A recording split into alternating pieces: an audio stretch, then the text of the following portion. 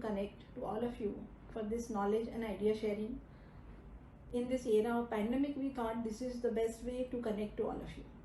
Let me introduce KFin Technologies. We are the largest registrar today in India who is present in this business for more than 3 decades.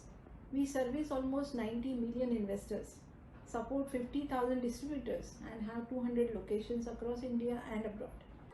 We manage all of this with 5,000 able employees which are across India. We have various platforms for corporate registry business to support regulatory and compliance requirements of corporates. One of the most liked platform, as you know, is eAGM, which is supporting video conferencing and e-voting. Another platform which is well appreciated is Insider Trading Management Tool, which is the need of the hour. TDS Management Service also we have enrolled this year to take care of all work around TDS. Today's webinar we are going to talk about listing obligation and disclosure requirements of 2015, which will be shared with you by Mr. Devang Vyas. About Mr. Devang Vyas, he is a practicing company secretary and a law graduate and has multiple certifications in banking and NISM. He has over 15 years of industry experience and has worked with well-known brands such as Motilal Oswal, NISM, BSc Training Institute, Company Secretary Training Institute, and he also has various areas of interest such as securities law compliances, financial advisory.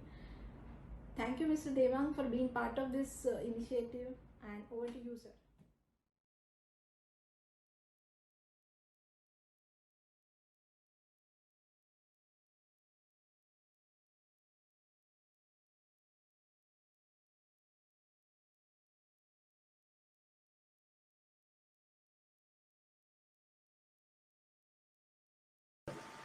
And all my company secretary professional colleagues.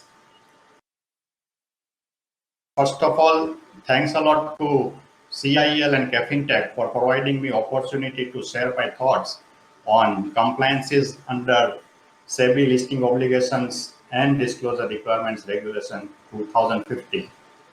For company secretary professionals, compliances under various SEBI regulation is most important. And under this, SEBI LODR Regulation 2015 plays a vital role for every company secretaries. While preparing the content of this webinar, I was thinking that how a technical subject like SEBI LODR Regulation 2015 can be completed in 1 or 1.5 hours.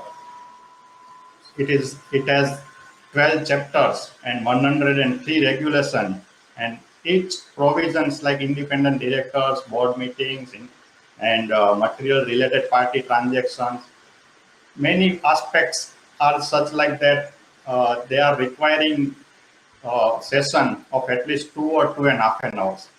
It is like telling 9 days of Srimad Bhagavad Katha in one single day. But if we understand Kurukshetra part of the Srimad Bhagavad Katha, then we are almost done. So I have prepared my content considering that part. We will have an eagle eye view on SEBI LODR Regulations 2015, and we'll have eagle eye view on the important part of the regulations. This is my disclaimer. This presentation is for academic purpose only, and it should not be construed as legal advice.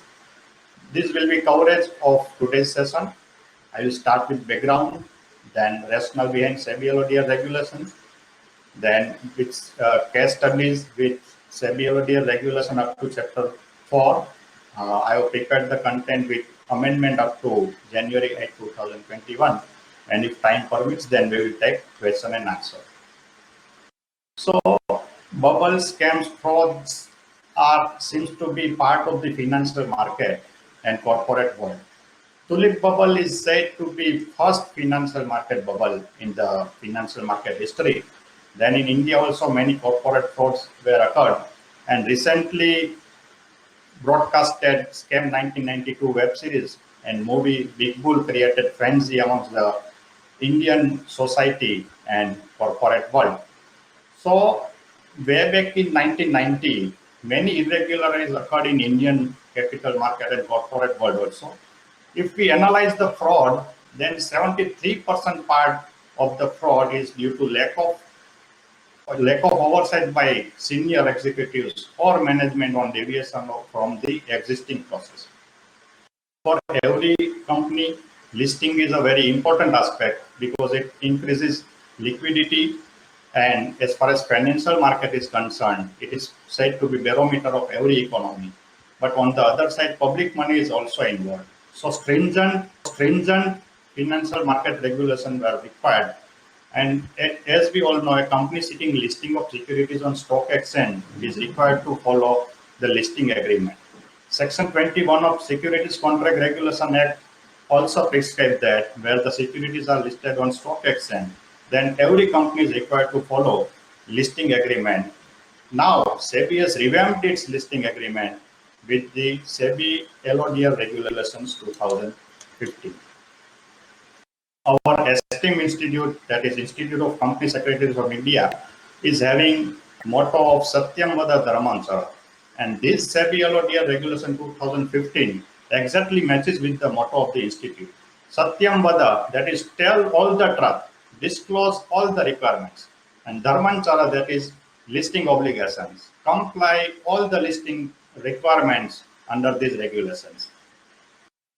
So, as we all know, there is already Companies Act 2013, listing agreement, and various securities laws. So, why this listing, SEBI listing LODR regulation 2015 was required? There were some listing agreement and Companies Act 2013, and many companies issued various instruments, like some companies issued equity shares, some companies issued NCDs, some companies issued non-convertible redeemable preference shares. So for all the related listing instrument, different compliance requirements was there. So two basic rationale are there against this regulation. One is to align clauses of the listing agreement with Companies Act 2013. And second is to consolidate all the conditions under different securities listing agreement in one single regulation. Earlier 2015, this regulation was put for public comments. It was notified on September 2, 2015, and it is effective from December 1st, 2015. Following two provisions were made effective with immediate effect, that is Regulation 23(4), which is regarding material related party transaction, and Regulation 31A, which is regarding reclassification of promoter as public shareholders. With LODR regulation, current listing agreement is substituted by simple and short listing agreement. Due to SEBI LODR regulation 2015, there is greater statutory force and stringent compliance requirements were made applicable. Non-compliance would lead to a violation of securities laws followed by stringent penalty. For example, if listing agreement is violated, then penalty of 25 crore will be levied to the related listing entity. Section 252 of the Companies Act deals with the listed company, which means a company which has any of its securities listed on recognized stock exchange. Hence, whether a private limited company having that securities listed will be covered under this regulation, we will see in our next slide. In LODR regulation, listed entity is used instead of listed company to cover body corporates also. So this is a glimpse of the entire SEBI LODR regulation 2050. There are 12 chapters. First chapter deals with definitions, second with some basic principles. Third chapter deals with common obligations of listed entities. Fourth chapter deals with the listed entity having specified securities. Fifth chapter is related to compliance for non-convertible debenture and non-convertible redeemable preference shares. Sixth chapter is related to compliance for specified securities and NCDs and non-convertible redeemable shares. Seventh chapter is related to compliance for listed entity having Indian depository receipt. Eighth is for securitized debt instruments. Ninth is for mutual fund entities like AMCs. Chapter 10 deals with duties and obligations of the recognized stock exchange. Chapter 11 is for procedural for action in case of default. And Chapter 12 is for miscellaneous plus having 10 schedules. Thus, it has 12 chapters, 103 regulations, and 10 schedules. But as far as our time criteria is concerned, we will deal with mainly chapter 2, 3, and 4, and up to some extent chapter 10, which deals with chapter 11, which deals with procedure for action in case of default. Applicability, the most important part of the SEBI LODR regulations 2015.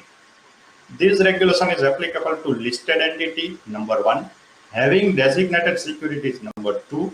What is the designated securities? A, specified securities, non-convertible securities, non-convertible redeemable preference share, non-convertible debentures, Indian depository receipts, securitized debt instruments, security receipts, unit received by mutual fund, any other securities as may be specified by the board. So mainly listed entities having designated securities and specified securities will be covered under this SEBI LODR regulations 2015. This regulation is amended almost 21 times with different dates, and many important aspects were amended frequently, and I have covered amendment up to 2021. Chapter 10, procedure for action in case of default. For every professional, 3 aspects are more important to comply with any regulation: why, what, and how. So let us start from the end. What will happen if listed entity is not complying with the provision of SEBI LODR regulation 2015? So penalty criteria is very much stringent, because in addition to liability for action in terms of securities laws, imposition of fines, suspension of trading, freezing of promoter or promoter group holding, or any other action as may be specified board from time to time can be taken against the listing entity or related person. Compliance is under SEBI LODR regulations 2015. This slide is very important as far as professional colleague is concerned, because SEBI LODR regulation is having very stringent compliance criteria. So I have synchronized all the compliance requirements under one slide. There can be 5 types of compliances. One-time compliance, which includes CS as appointment of CS as compliance officer, appointment of share transfer agent, document reservation policy, quarterly compliance, statement of investor complaints, corporate governance, shareholding pattern, statement of deviation or variation, financial results. In half-yearly compliance, it covers compliance related to certificate of physical and electronic transfer facility, certificate from practicing CS for issuance, or of certificate in case of transfer. Yearly compliance includes listing fees, financial results, and annual report.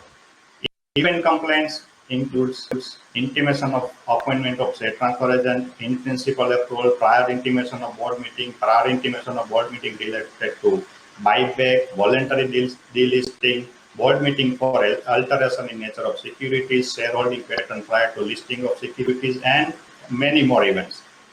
We will not go in nitty-gritty of all these compliance, because this compliance calendar is readily available on BSE and NSE site. For each and every dates and each and every criteria is specifically provided under the stock exchange website.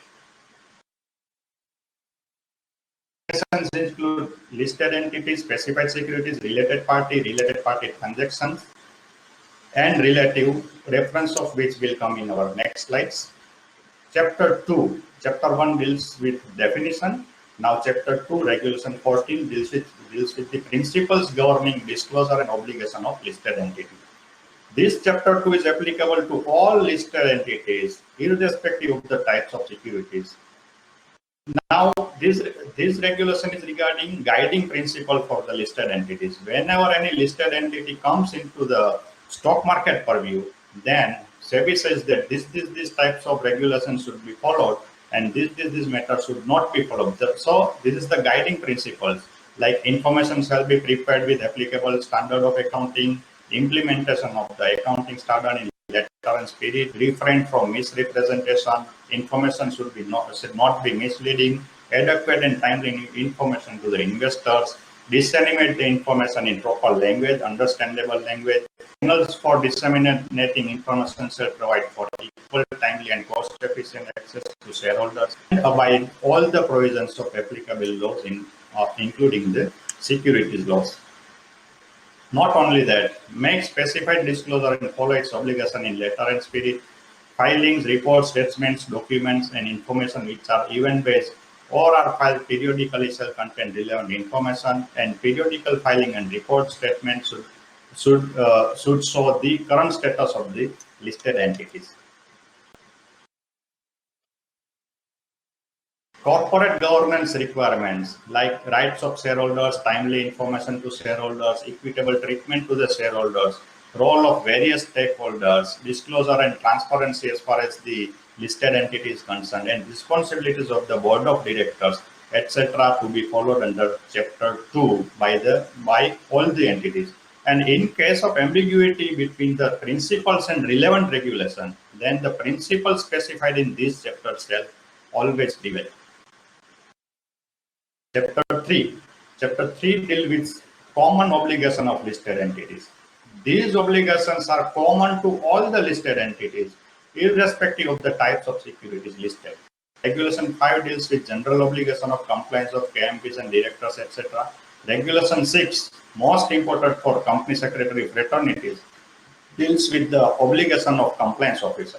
Every listed entity has to appoint a qualified company secretary as a compliance officer to carry out day-to-day compliance, to ensure conformity with the regulatory provisions, coordinate with the recognized stock exchanges, board, and various intermediaries, ensuring that the correct procedures are followed by the listed entity, and monitor address of grievance redressal division requirement, and to redress the investor grievances.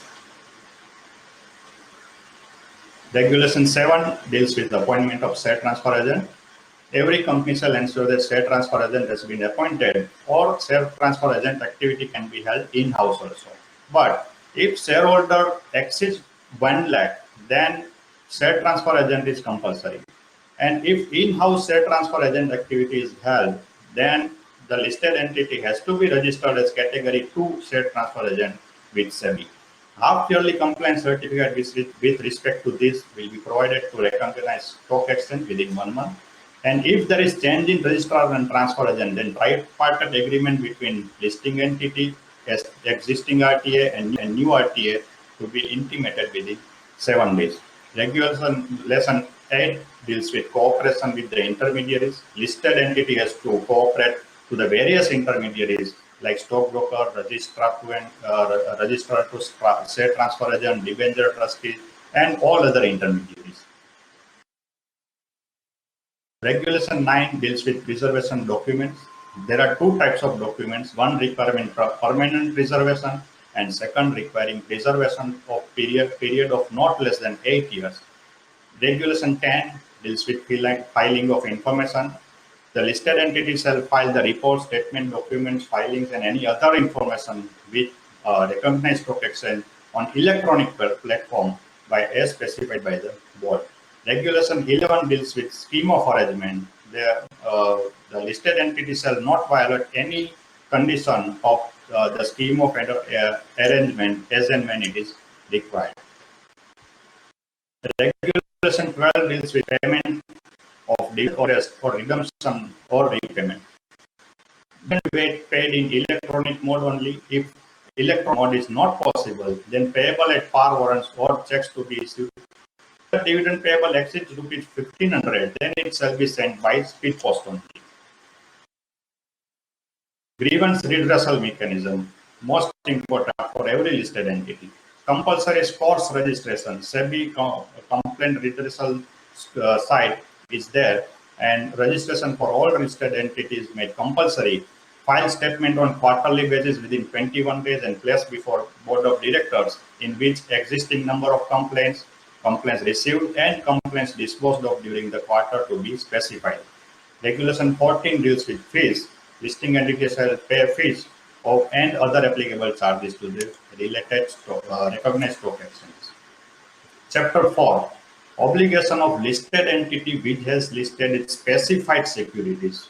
Very important chapter because this chapter covers almost listed entities, and we as a company secretary are dealing day to day with this chapter. Applicability, all listed entity which have listed specified securities on recognized exchange, either on main board or SME exchange or institutional trading platform. Now we will have to understand defined under section 2ZL, equity shares and convertible securities are covered under the specified securities. Now there are exemption to some entities, regulation 15.2, which provides that regulation 7 to 27 etc. are not applicable to type number 1 entity, that is any listed entity having up or paid up equity capital of rupees 10 or less and net worth of rupees 25 or less. So any listed entity if having equity share of rupees 10 crore and net worth of rupees 25 crore, this chapter will not applicable to them. Second type of entity is listed entity which is SME and body corporate.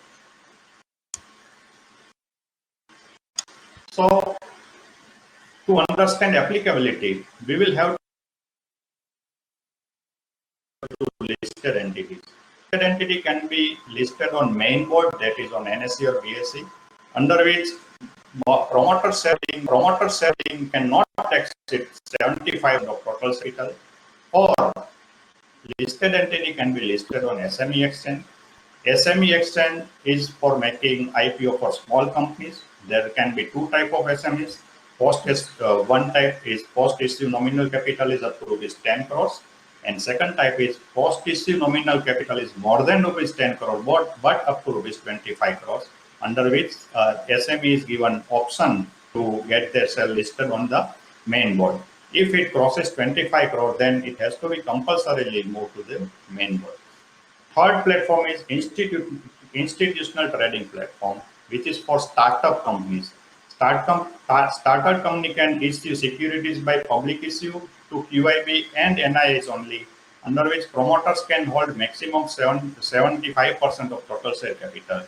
Or startup companies can issue securities by private placement, under which promoter holding can exceed 75% of the total capital. So this is main board versus SME, difference between main board and SME. Post issue capital in main board, it should not be less than 100 million. In SME, it should not exceed 250 million. Minimum number of allot is 1,000 in main board, 50 in SME. IPO applicable application size board 10,000 to 15,000. For SME, it is rupees 1 lakh.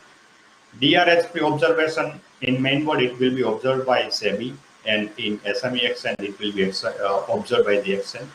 Track record, 3 years track record is compulsory in main board, whereas there is some relaxation for SME IPOs. IPO underwriting is mandatory for both, but for SME exchange, 100% underwritten, out of which 15% compulsorily to be underwritten by the merchant banker. Market making not mandatory in main board, whereas mandatory in SME. Time frame for list cover requires almost 6 to 8 months for main board listing, whereas SME exchange can be listed by 3 months. Reporting requirement is quarterly for main board and half yearly for the SME. So now, if we understand different scenarios for applicability. Scenario 1, private limited company with equity share. So private limited company cannot list its equity share, so this regulation 4 will not be applicable to private limited company. Scenario 2, private limited company with listed debt instrument. As we have seen, specified securities are covered, equity shares and the convertible debt instrument. So scenario 2 will also be not applicable to the private limited company with listed debt instrument, will not be covered under the chapter 4. Scenario 3, listed company with specified securities on board with paid up capital 10 crore and net worth less 25 crore. Not chapter 4 will not applicable for these companies. Scenario 4, paid up paid up equity share capital more than 10 crore and net worth more than 10 to 25 crore. Chapter 4 will be applicable. Scenario 5, listed company only having NCD or non-convertible preference share listed will not be covered under Chapter 4 because it is not covered under the specified securities. Scenario 6, SME and body corporate will not be covered under Chapter 4. There are some relaxations to insolvency listed entity having insolvency resolution process period. Chapter 4 is having definition like control, independent director, material subsidiary, senior management, reference of which we will see in some next slides. Independent director. So independent director definition, it is covered under regulation 16 of SEBI LODR regulation. Definition is more similar to the Companies Act 2013, except none of independent directors' relatives has or had relationship or transaction with the listed entity, its holding subsidiary or associate company, or their promoters or directors amounting to 2% or more of its gross turnover or total income or 50 lakh rupees or such higher amount as may be specified by the board from time to time.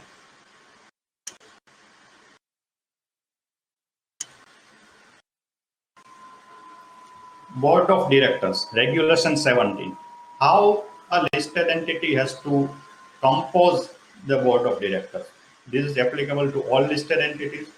Composition of board, at least 50% to be non-executive director among the Board of Directors, at least one to be a woman director, and one independent woman director for top 1,000 listed companies to be complied at least by April 1, 2020, which is inserted in amendment on 1st April 2019. Minimum 6 directors are required for top 2,000 listed entities from April 1, 2020, and maximum age is 75 years is defined, except special resolution is passed with explanatory statement having justification. Independent directors, where chairperson of board is non-executive, then at least 1/3 of the board to be independent, whereas in all other cases, at least 50% of the board of directors to be independent. Chairperson, with effect from 1st April 2022, top 500 to comply, the chairperson to be a non-executive director, and the chairperson should not be related to the MD or CEO.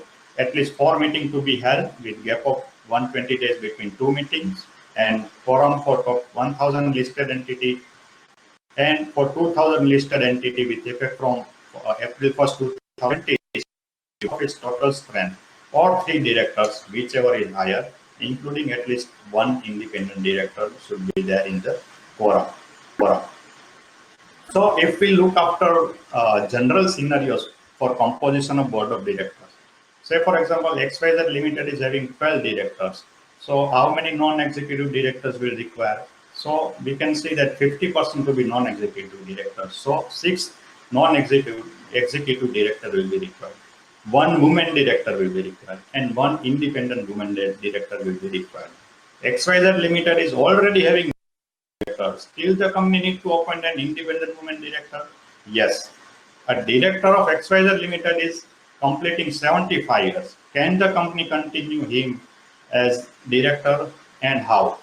Now, as far as this issue is concerned, SEBI has raised eyebrow on some companies that even the directors who are not able to speak, who are not able to walk, so how the company can appoint him as a director and pay crores of rupees as a remuneration? So SEBI has specified that if the age is more than 75 years, then special resolution with explanatory statement and justification is required to appoint such director. PQR Limited is having total 12 directors. Requirement of independent director in case of where chairperson of board is non-executive. 1/3 director, that is 4 director will be required. In any other cases, 50%, at least 50%, that is majority, that is 6 independent director will require in such cases. Now, suppose ABC Limited company is there, of which PQR Limited which is listed entity, is a promoter, and their director or nominee or employee, except independent director of PQR Limited, is appointed as chairperson of or non-executive director of ABC Limited, then whether independent director will be majority or 1/3 person, and hence a majority, that is one half of the more than one half independent director will require in such cases. Regulation 17 prescribes responsibilities for board of directors. These are the common responsibilities, that is directors to periodically review compliance reports, then code of conduct of board of director and senior management to be prescribed. Board of directors shall recommend fees and compensation to be paid to non-executive directors. Minimum information to be placed before the board is specified in Part A of Schedule 2. Chief Executive Officer and Chief Financial Officer shall provide compliance certificate to the Board of Directors as specified in Part B of Schedule 2. Maximum number of directorship, Regulation 17A. Maximum number of directorship, including alternate director, not more than 17 listed entity with effect from April 1st, 2020. And maximum number of independent directors should not exceed in more than 7 listed entities. If independent director is full-time director or managing director in any listed entity, then directorship should not exceed in more than 3 listed entities. Regulation 18 to 22, board committees. This regulation requires various board committees to be formed, like audit committee, nomination and remuneration committee, stakeholder relationship committee, and risk management committee, including vigil mechanism. This is applicable to all listed entity except risk management committee, to which top 500 listed entity is required to form risk management committee. Chairperson, minimum directors, 3 directors to be minimum, whereas in risk management committee, majority of board of directors to be minimum director. Chairperson, audit committee, independent director also present at AGM to answer shareholders.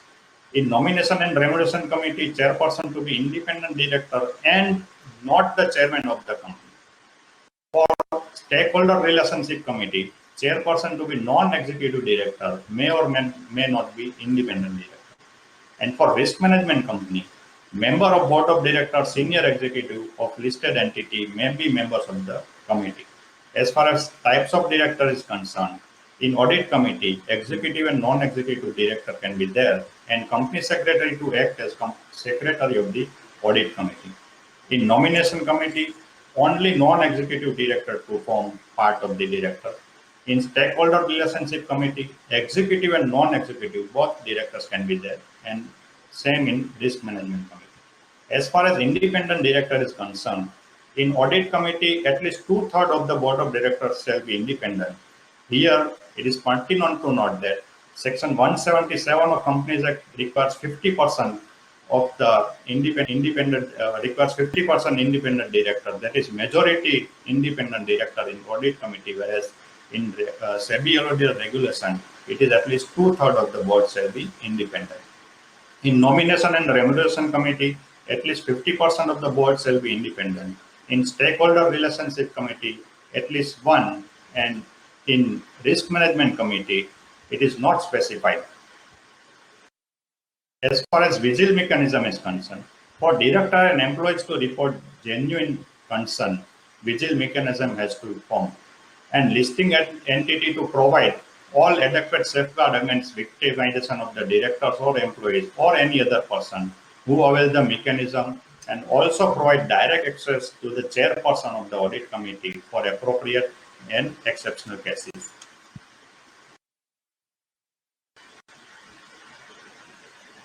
Related party transaction. It is defined under Section 276 of Companies Act 2013.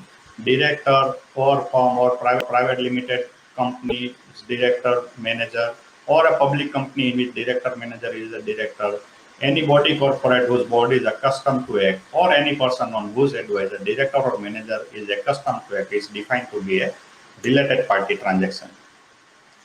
Section 198 of the Companies Act 2013 deals with the related party transaction, sale, purchase, selling services, leasing of property, availing services, appointment of agent, or such related parties appointment to office of profit, underwriting, etc. Transactions are defined under the Companies Act 2013. Regulation 23 of the Chapter 4 describes the compliance related to material related party transaction. Transaction to be entered into individually or taken together with previous transaction during a financial year. If it exceeds 10% of the annual consolidated turnover, the listed entity as per the last audited financial statement of the listed entity, then it will be a material related party transaction. And with effect from July 2019, party with respect to the brand usage or brand usage or royalty, if it exceeds 5% of the annual consolidated turnover, then also it will be considered as material related party transaction.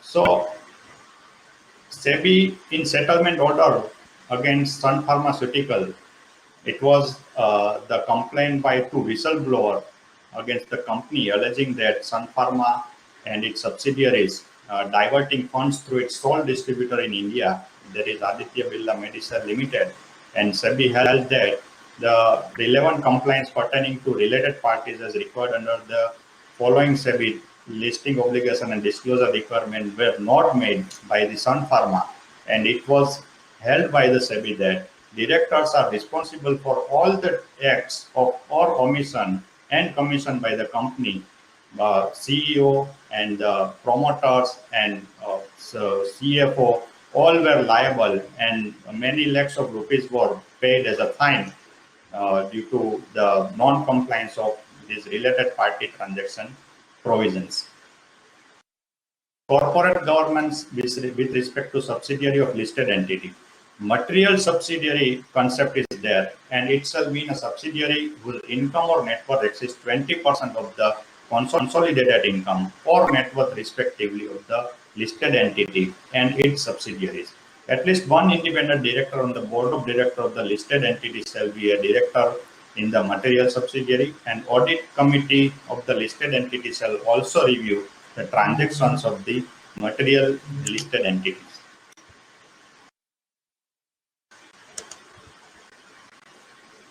Secretarial audit, most important provision for the practicing company secretaries. Every listed entity and its material unlisted subsidiaries incorporated in India shall undertake secretarial audit and shall annex with its annual report a secretarial audit report given by a company secretary in practice in such form as may be specified with effect from year ended March 31st, 2019. These are some obligations by independent directors. No person shall be appointed or continued as an alternate director in place of independent director. Maximum tenure to be prescribed in Companies Act 2013, which is 5 years.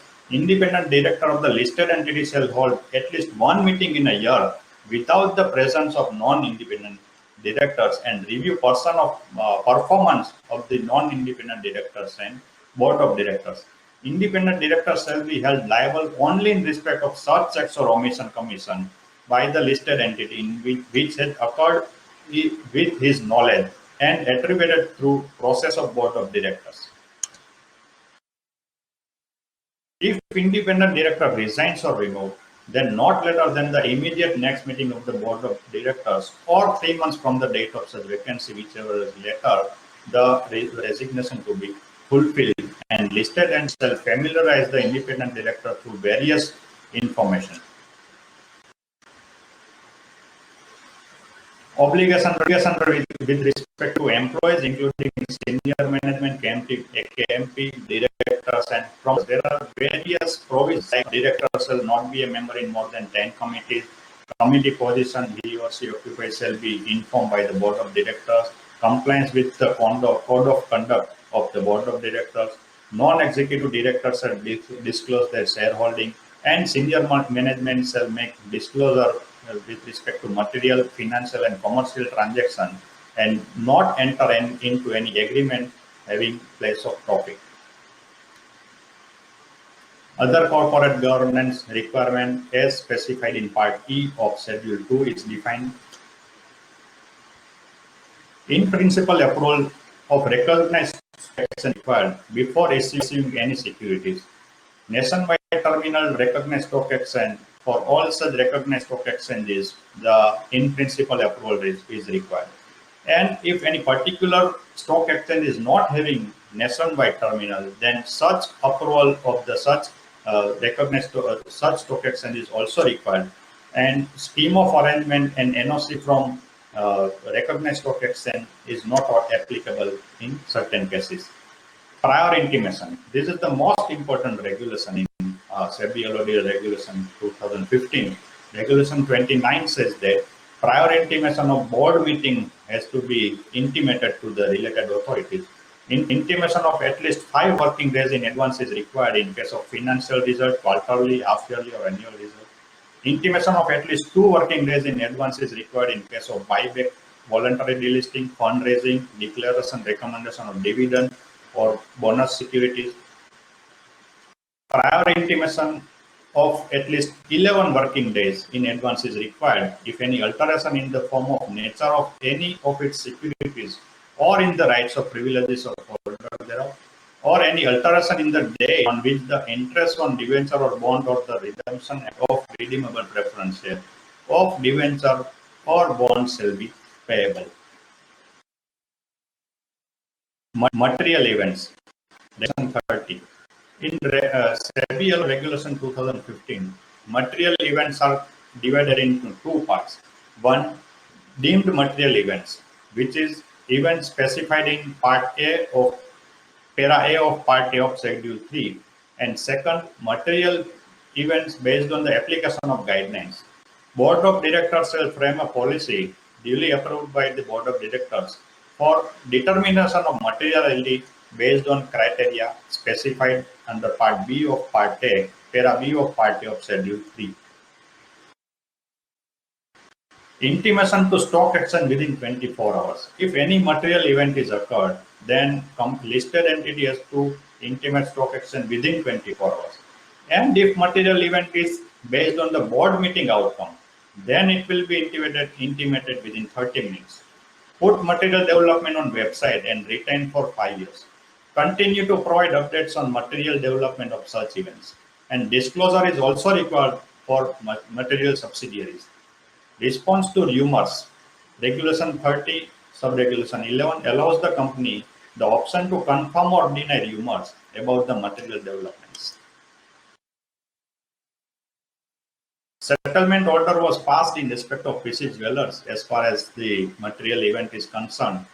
SEBI observed that PC Jeweller had not disclosed the objection raised by SBI by letter dated so-and-so for its proposed buyback offer. And on July 13, 2018, it had disclosed to BSE and NSE that in view of the non-receipt of the requisite of NOC from SBI, its board of directors had decided to withdraw the buyback offer. SEBI has found non-disclosure of SBI's objection by PC Jeweller is material information and required to be disclosed to the stock exchanges as prescribed under regulation. And rupees 19,12,500 order was passed for settlement of the case. Regulation 31 deals with the holding specified securities and shareholding pattern. Listed entity to intimate shareholding pattern of promoters to the stock exchange within 21 days from closure of every quarter or 1 day prior to listing of new shares, or in capital restructuring chain exceeding 2%, then intimate the stock exchange in 10 days.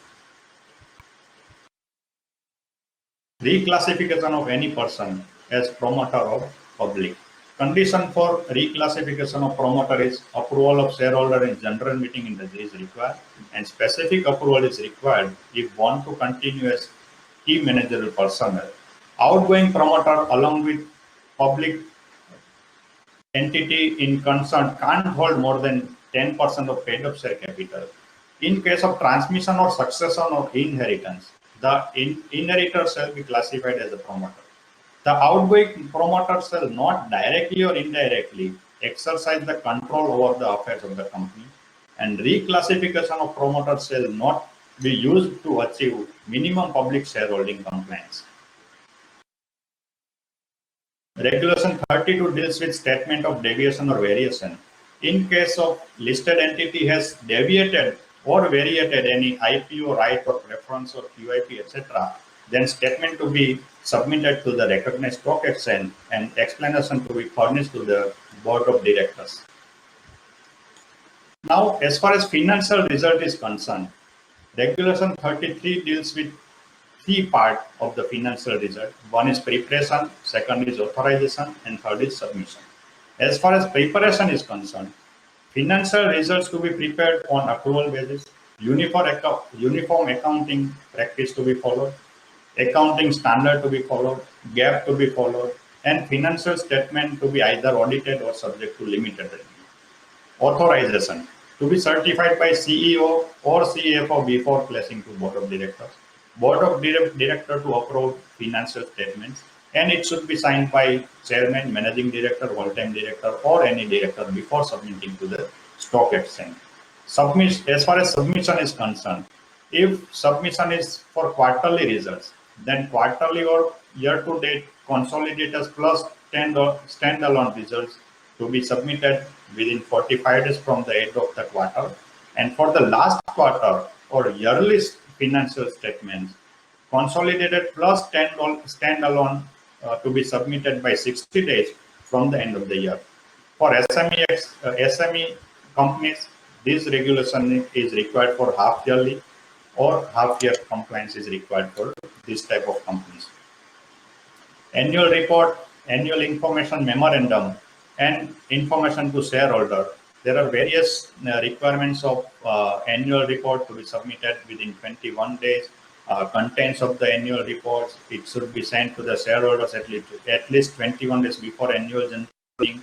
It should be sent email. If email is not available, then in physical copy, etc. requirements are there in Regulation 34 to 36. Scheme of arrangement. No objection letter is to be get from the stock exchange before scheme of arrangement, and it should be placed before the High Court or tribunal after getting no objection certificate from the recognized stock exchange. Minimum public shareholding. Entities shall comply with the minimum public shareholding requirement as specified in Securities Contract Regulation Act and not apply to the entities listed on institutional trading platform without making public issue. Issuance of certificates or receipts. Regulation 39. Every listed entity has to comply Securities Contract Regulation Act as far as this regulation is concerned and issue certificate etc. within period of 30 days. Submit information regarding loss of certificate within 2 days of its getting information. Regulation 40 deals with transfer or transmission or transposition of securities.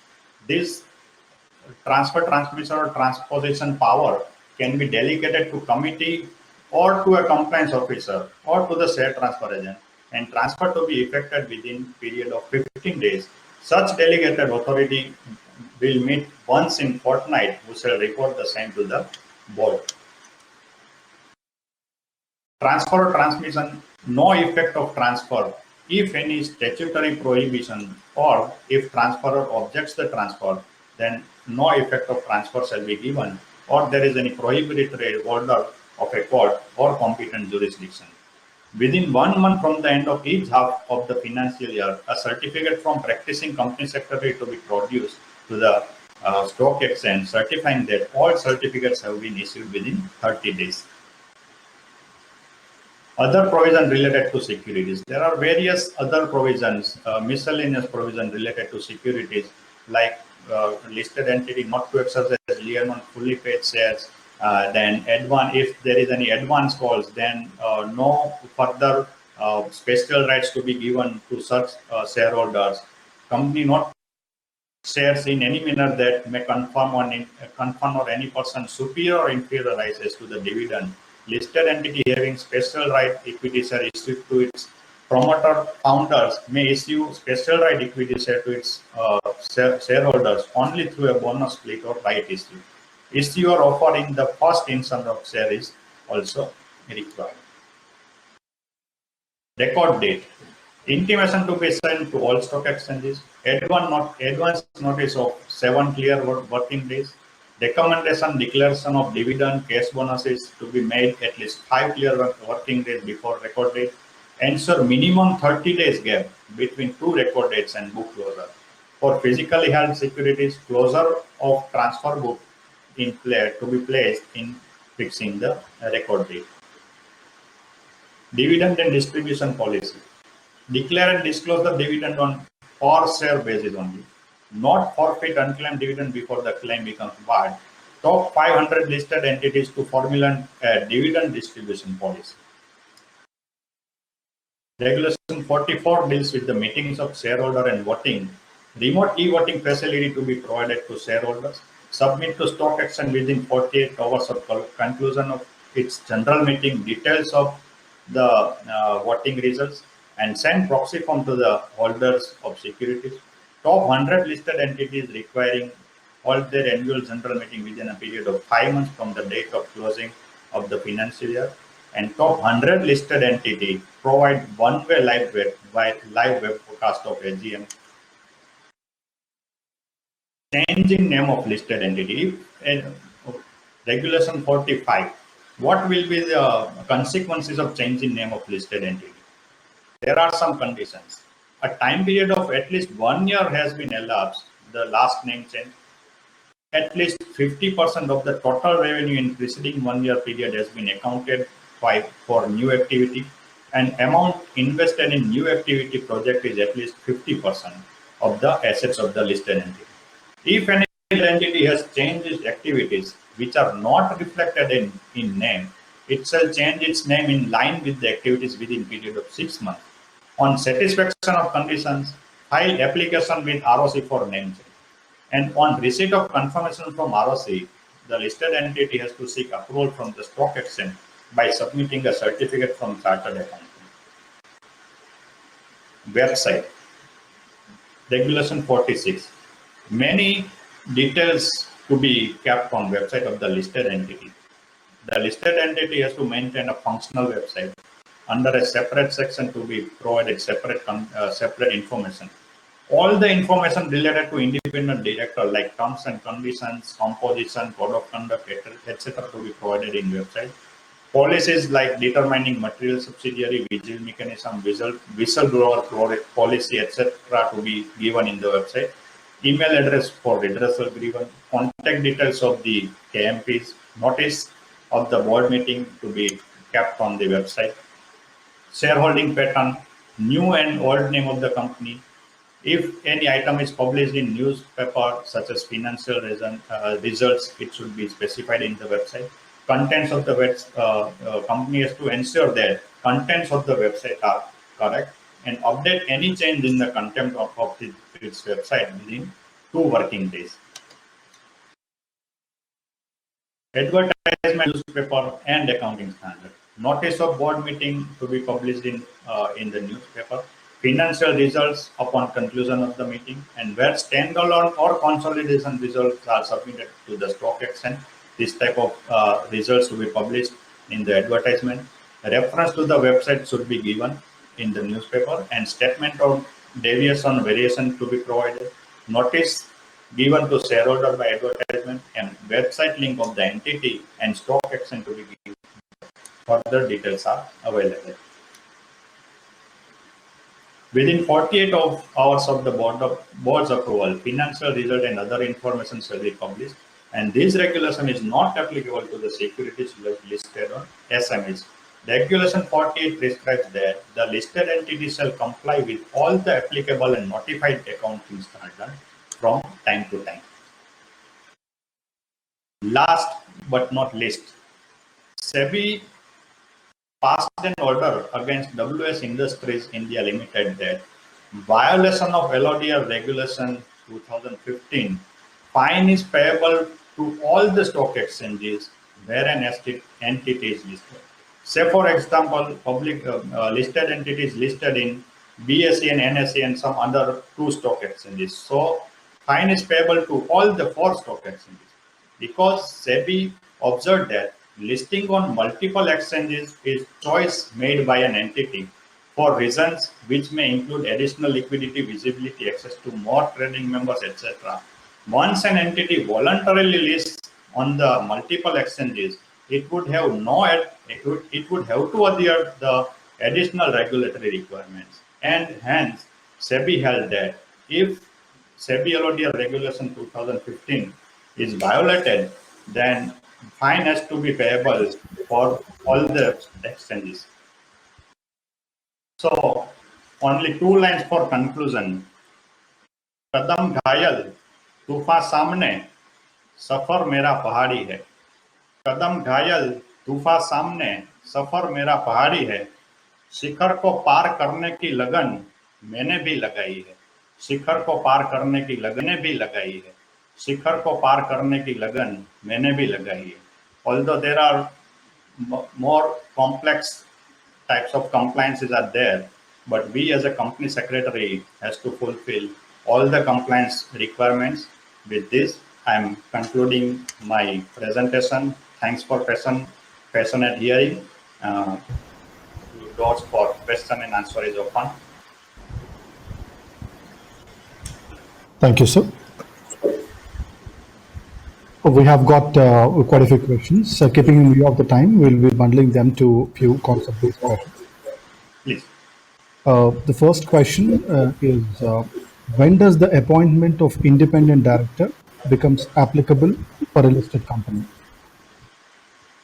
Independent director is appointment for listed entities compulsory. As we have seen the regulation of the LODR regulation 2015. So every listed entity has to appoint at least 1/3 of the director as its independent directors. Sure, sir. The second question, what are the compliance requirements for a private limited company under SEBI LODR regulations? Yeah, this is a very crucial question because first of all, as we have seen that SEBI LODR regulation 2015 is applicable to listed entity having designated securities. So now designated securities covered specified securities also. And designated securities is covered as non-convertible debenture, non-convertible redeemable preference share.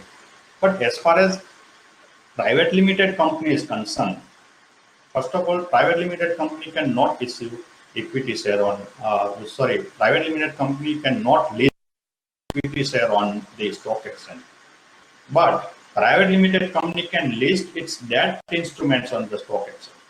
So as far as regulation chapter 5 is concerned, chapter 2 is concerned, chapter 2, chapter 3 is applicable to private limited company because it has listed its debt instrument on the stock exchange. Thank you, sir. Next question is, if a company is already having a woman director, still company need to appoint an independent woman director under these regulations? Yes, sir. Even though company is having a woman director, one independent woman director is compulsorily to be appointed by the company. The last question for the day. A company is having paid up share capital less than rupees 10 crores, but net worth is more than rupees 25 crores. Whether chapter 6 of this regulation will be applicable? Yeah. So as far as exemption of chapter 4 is concerned, we have seen that if any company is having paid up capital less than rupees 10 crore and if any company is having net worth of less than rupees 10 crores. So both conditions to be fulfilled. Either paid up share capital to be less than rupees 10 crore and net worth to be less than rupees 25 crore. But in case companies having paid up equity share capital less than rupees 10 crore, but net worth is more than rupees 25 crore, so the chapter 4 will be applicable to that company because one of the condition is not fulfilled. Thank you, sir. Those will be the questions. Now I hand it over to Meena ma'am. Thank you. Thank you very much. Thank you, Devang. It was really wonderful presentation you're given. Such a difficult topic and such a lengthy topic, but you are really trying to capsulate in that short time of 45 minutes. Really grateful for that. And thank you to the audience, first of all, for being patiently listening to this and giving a huge response to this particular event. And we are very happy that so many of August company secretaries are present in this, and they have, all of them are completely engaged with this particular thing. Wonderful questions, which has really enhanced our knowledge on the topic. Next is audience, please press on the vote button to give your feedback, so that we will know where are the improvements required. And this is just the first session we have started. KFin has started having a knowledge sharing session with this first session, and we will be doing many more some such sessions. And thank you to everyone for attending this particular session and making it a huge success for KFin Technologies. And with this, I conclude the session for today. Thank you. Thanks a lot. Thank you, ma'am.